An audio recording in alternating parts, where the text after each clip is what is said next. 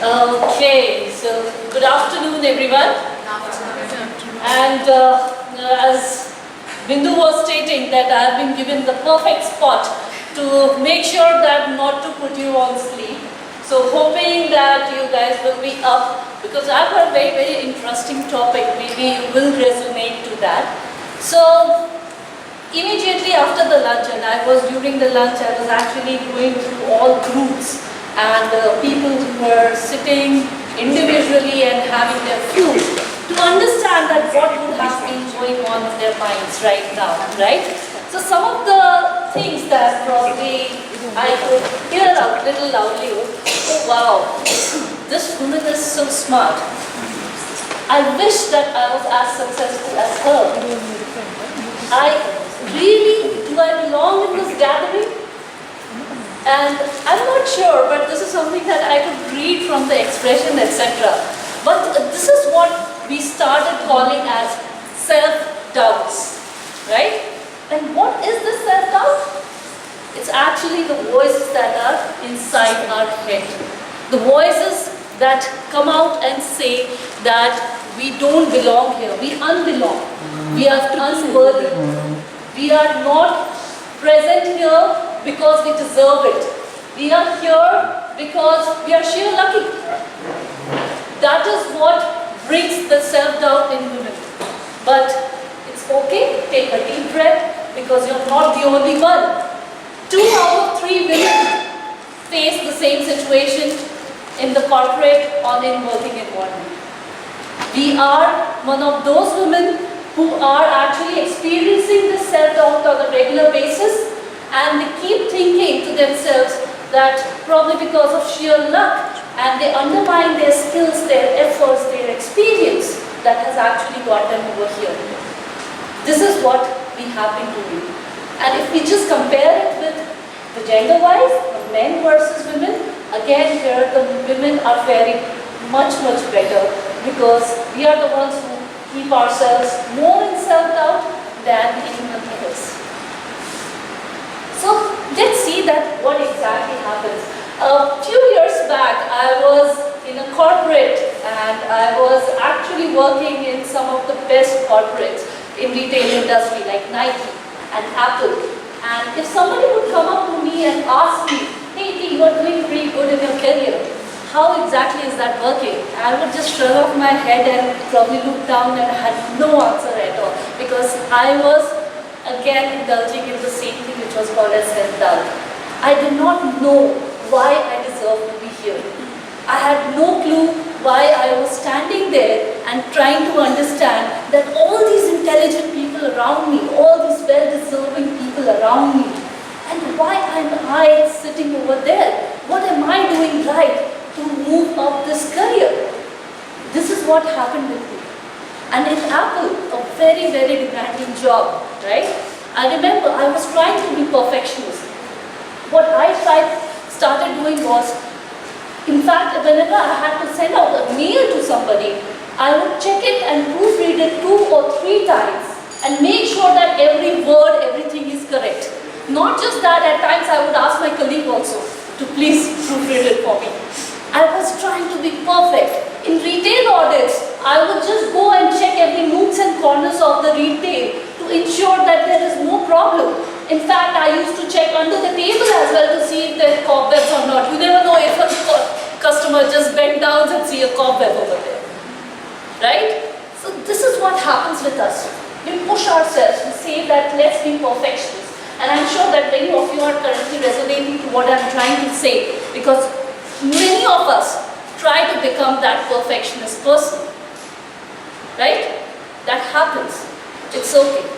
In one of the board meetings that we were having, and like many of our good friends over here came up and said that it was a typical board meeting where only one woman was there and we were discussing sales in Apple. And the numbers had gone horribly wrong in that quarter, and like it happens in a typical board meeting, everyone was pointing at each other that you did, you did. So the easy scapegoat that they could get was a woman in the room, which was me.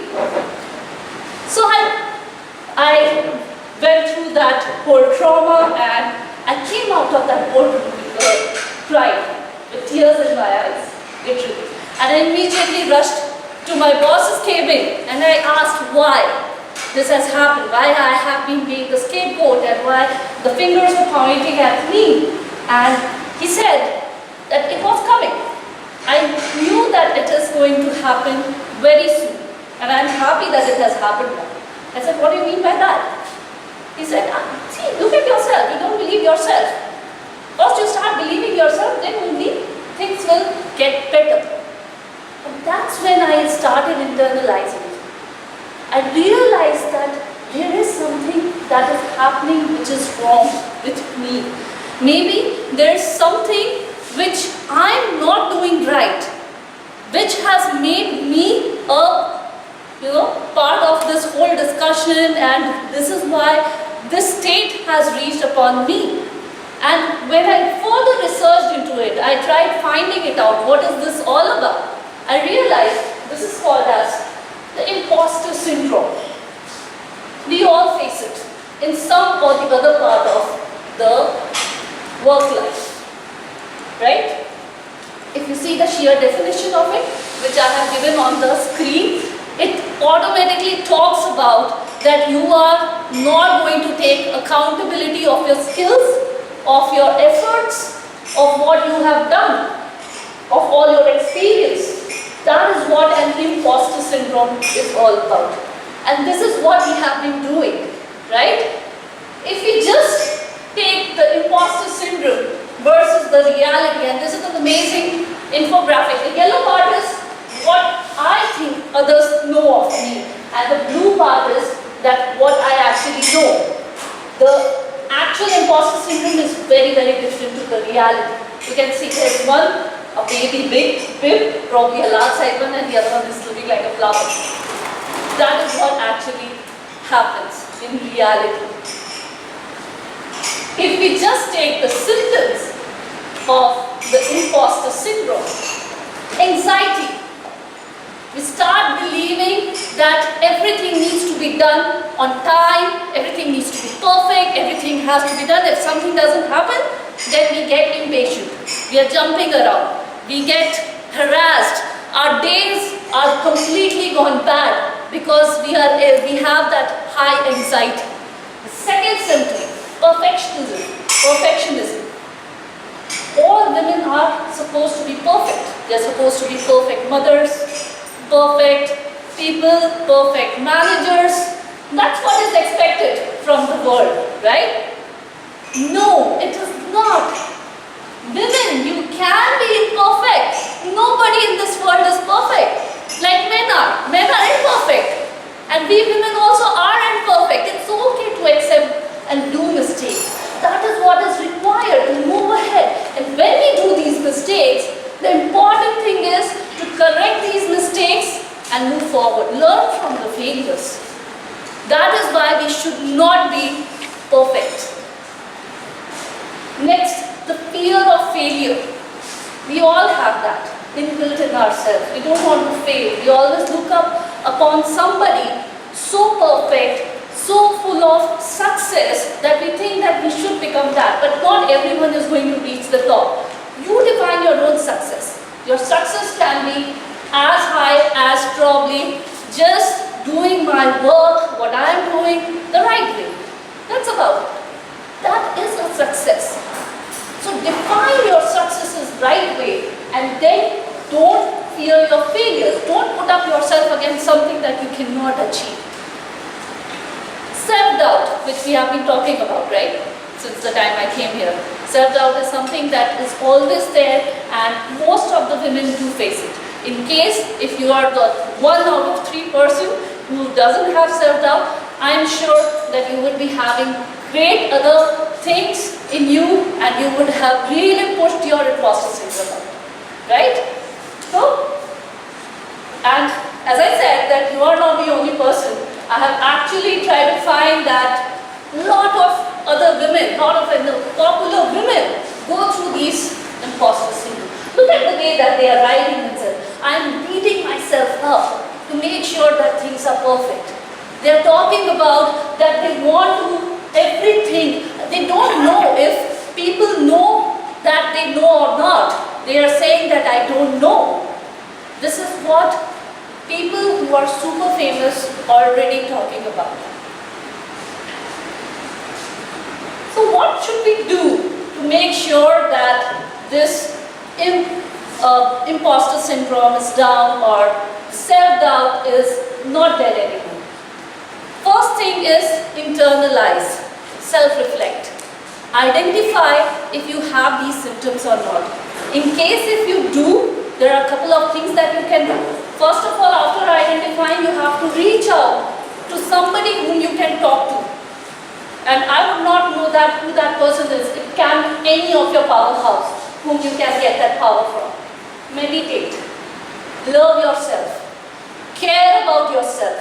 That is where you can start bringing that difference. Right?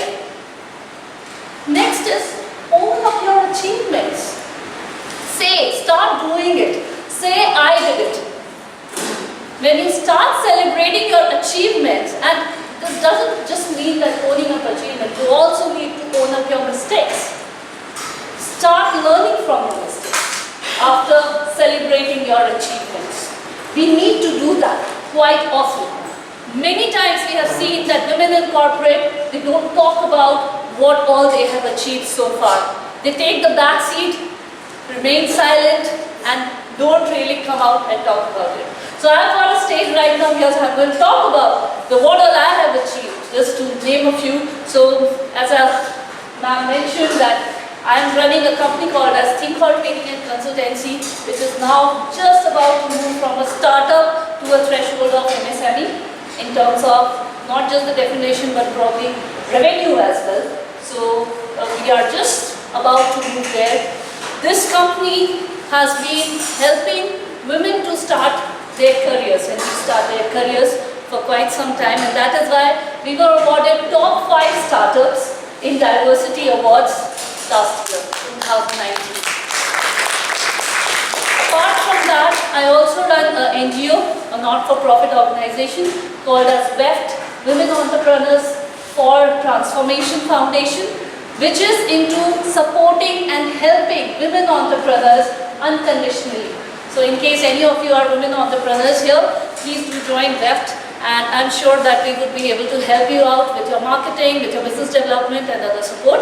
And with that, we were able to claim a couple of other awards also. I was awarded in the Women Future Leadership Awards as the Leader with Purpose, and last IBW, I was awarded Social Entrepreneur of the Social Leader of the Year. Apart from that, recently in one of the business magazines called Brilliant Creed, there's an article on me on the top women emerging entrepreneurs. So that's all my achievement is. And I'm here to own it up. As far as the mistake goes, probably we'll talk about it during the coffee. Last but not the least, if you want to get over your self-doubt, please help others. I mean, all these women sitting over here are achievers. All of you have got so much of experience, so much of strength in you. I'm sure all of you can help one at least, or many women as much as you can in your personal as well as professional life. So would request all of you, in case if you are experiencing any of the self-doubt or syndromes, please start helping. It's amazing aphrodisiac. It really brings a lot of happiness. That's about it. And last but not the least, I would say that in case if you are looking for any help, just go to the mirror, and that's where your mentor is going to be. Thank you. Do you have any questions to ask?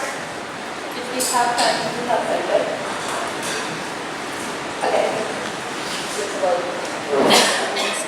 Thank you so much, Iti. Here is the Ziva present momentum.